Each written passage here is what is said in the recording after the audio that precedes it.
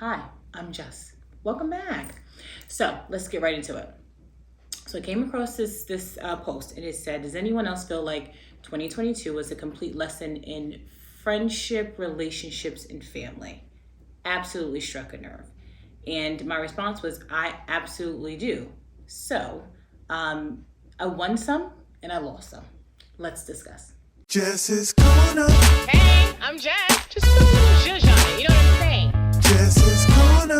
Baby, we making regular the new lit. Damn. Jess is Corner. I mean, we gonna discuss a couple, two, three things. A little. Jess is Corner. I mean, treat yourself. We in here now. You ought to want to get with me on this. Jess is Corner. Jess is Corner. Water, a touch of lemon. So I posted this video last year. Go check it out. It's really good. So I posted a video about what I did. And what I did was I resolved all of my grievances, family, friends, any old relationships that I wanted to mend. Keyword wanted to, because some things you got to leave where it is, right? But any relationships I wanted to mend, I had those conversations. And I apologized where I needed to. I accept the apologies that came in. And I took what I've learned from all of that and I implemented it going forward. And it felt good going into the year having resolved those things. What I did not prepare for were new lessons, new struggles. I really just assumed that if I had an issue with you and I resolved it, we would be good. There would be nothing else. I was never right on that. And I wasn't right because what I didn't take into consideration were my changes. When you have to resolve, remedy, apologize, change something, it changes something within you. Usually and hopefully it's for the good. So I had to make a lot of changes because there were sentiments, situations that I did not want to be in anymore, that I didn't want to feel. I didn't want to overextend, overcompensate, overwork myself. So you implement changes, things that you no longer want to do. And as a result, when you change, things around you change. And I don't think I was ready for that. You know, I'm not shy about walking into 40 this year. August, stay tuned. But I didn't think at this age I would still be learning so much about relationships. I really thought that I would have the friends I'm going to have. Everybody would be set in their ways. But that's not the case. And in some cases, that's really good. And in some cases, it's scary. You know, I'm still meeting new friends, meeting new people, loving every minute of it, still putting myself out there. And I'm also losing. You know, I lost friends last year because what I require of friendship was no longer what they require. You know, I can't hang like you can hang. I can't travel like you can travel, you know, and you know, for my own reasons.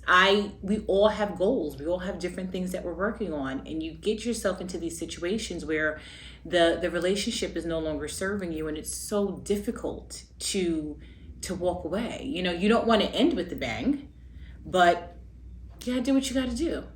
You know, I think essentially that post struck a nerve because just last year I lost a friend. Not to death, but to life. You know, I recognize that my journey consists of momming, wifing, you know, in that lane, and hers didn't. By choice. And, you know, it becomes difficult as you or I try to accommodate your world, and there is little or not as much consideration possibly for mine. And it's difficult, but you have to take the L. You have to have the difficult conversation. You have to let some things go. And it's uncomfortable and you wish it wasn't the case, but it is. You know, and those are things that, you know, you don't want to get on social media and just kind of put all your business out there and she did this and she did that, and it's not the case. And I'm very weary of even talking about these things because I'm always willing to have a conversation. So, you know, it's never the end. It's never any ill intent. because our paths may cross later and things may work. But I know last year I lost a friend just because, my cup for going out, traveling maybe, or this or that just wasn't the same, and after a while that just doesn't mesh. I also learned about titles. I mentioned earlier that, your title for me is no longer enough for me to hold you in a certain regard. So I had to look at a parent and say, listen, this is not gonna work for me. Because at this stage, right, we're both adults. And I know that how you want to have a relationship is very different than how I would want to have a relationship with you. And sometimes when those things don't work, they clash, they get you out of your headspace, you got to let it go. And listen, I have all the stories, right? But I think at the end of the day, I'm still processing. I'm still learning. I'm still learning what I require. I'm still learning what I'm willing to, give out. And hopefully it'll all work out. I'll full disclosure, I watched my mom go through some things with her friends, and she is in her early 60s. So the notion that this all levels out at some point, I have very little faith. But what I do know, what's working for me, is staying true to myself. It's staying true to what feels good to my core when I say, yes, I'm going to go, or no, I'm not. What feels good is saying, that weekend is clear and I'm going to leave it clear. Because I know without that, I will have not a minute to myself, to just be in my thoughts, to just relax. I know that, I have to be mindful. I have to be mindful of my cups. I have to be mindful of what I need where. And I have to allot for the adjustment. I require way more home, quiet, and chill than I have ever in my life. So here's what I've had to accept. My cups have changed. What I need to feel fulfilled is different. It's very different.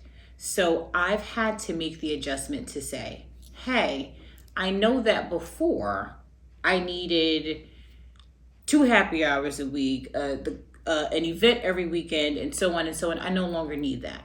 And what I'm learning is when you make certain adjustments, you have to be prepared for what comes with that.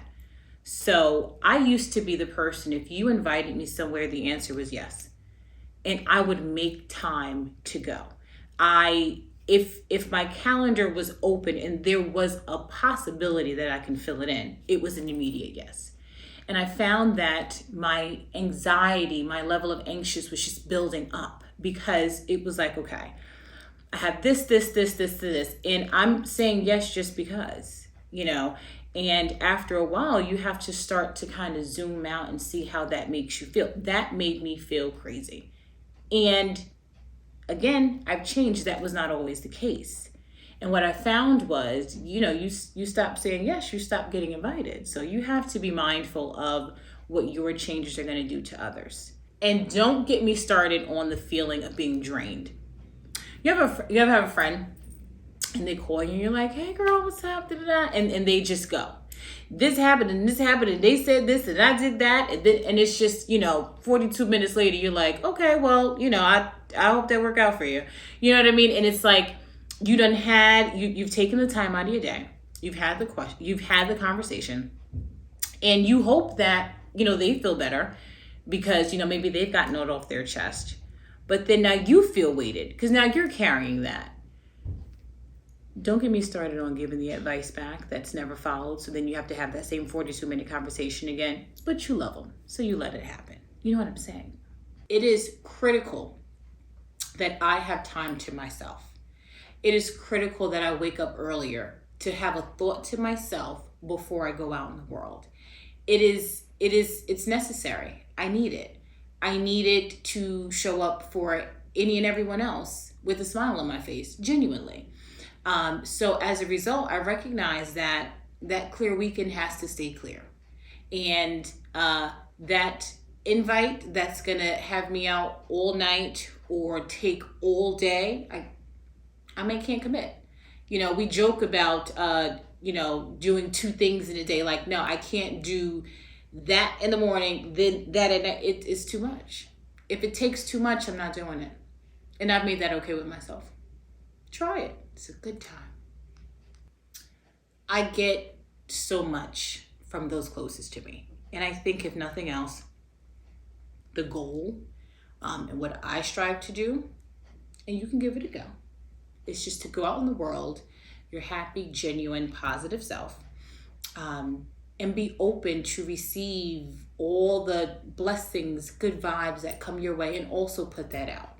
But understand where you stand with yourself, those around you, and act accordingly. Move accordingly. Respectfully do what you need to do to allow those friendships, family, relationships to just thrive. But do so in a manner that's not going to take away from you or bring you down for the benefit of anyone else. And again, it's very difficult to do, right? Easier said than done. But I'm saying this video because I've done it. And again, very difficult to do, but I can't have you put me in a place where I'm no longer okay. Where what I perhaps have worked hard for and where I feel my safest, I'm no longer okay because I'm in my head and I'm overthinking. And I know these are things that I probably would not have otherwise felt or been in this position, but the relationship that I'm having with you is causing that, and that is no longer okay. So take the lesson, take what you're getting, stand in what you feel is right and what feels good to you, and move in that. Don't be disrespectful or anything like that, but move in that and see how that works. Thank you for being my guest. Peace. Jess's Corner.